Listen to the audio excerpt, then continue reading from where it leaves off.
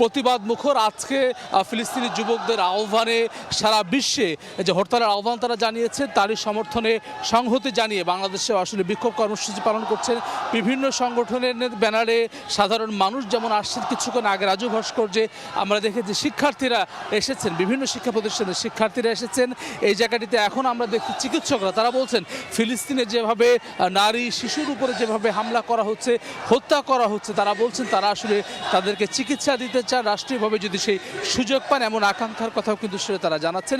সারা বিশ্ব জুড়ে আসলে আজকে ফিলিস্তিনি মানুষদের পক্ষে মানুষ রাজপথে নেমেছেন, সংহতি জানাচ্ছেন, প্রতিবাদ জানাচ্ছেন। ইসরায়েলি যে হামলা করছে সেটির বিরুদ্ধে কিন্তু আসলে তারা প্রতিবাদ জানাচ্ছেন।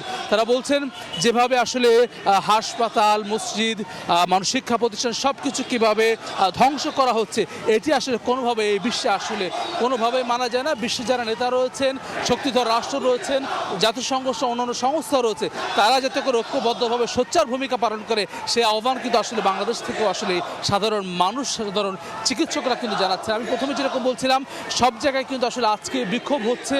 ব্র্যাক বিশ্ববিদ্যালয় সহ বিভিন্ন বেসরকারি বিশ্ববিদ্যালয়ের শিক্ষার্থীরাও কিন্তু আসলে রামপুরায় রাজপথে নেমেছে। সেখানে রয়েছেন সহকর্মী সামিয়া, তার কাছ থেকে জানবো সেখানকার সবশেষ। ঠিক যেমনটি বলছিলেন আমার সহকর্মী ওয়ালি হাসান, ঠিক একই কর্মসূচির আওতায় কিন্তু আজ ব্র্যাক বিশ্ববিদ্যালয়ের সামনে অবস্থান কর্মসূচি করছে। কিন্তু ফিলিস্তিনে ইসরায়েলি হামলার যে বর্বর চিত্র সেটার কিন্তু প্রতিবাদ জানাচ্ছে তারা, এবং তারা কিন্তু প্রায় সকাল থেকেই আসলে এখানে অবস্থান করছেন। তারা কিন্তু বিভিন্ন স্লোগানে এখানে আসলে এলাকাটি মুখরিত ছিল। তারা কিন্তু বলছেন যে ফিলিস্তিনিদের যে বর্বরতর হামলা রয়েছে সেটি কিন্তু অবিলম্বে বন্ধ করতে হবে, এবং ইসরায়েলি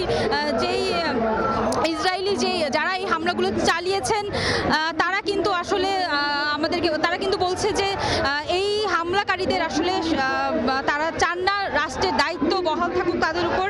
এবং জানিয়ে রাখি যে সারা দেশেই কিন্তু একযোগে এই কর্মসূচি পালন করা হচ্ছে, এবং ছাত্র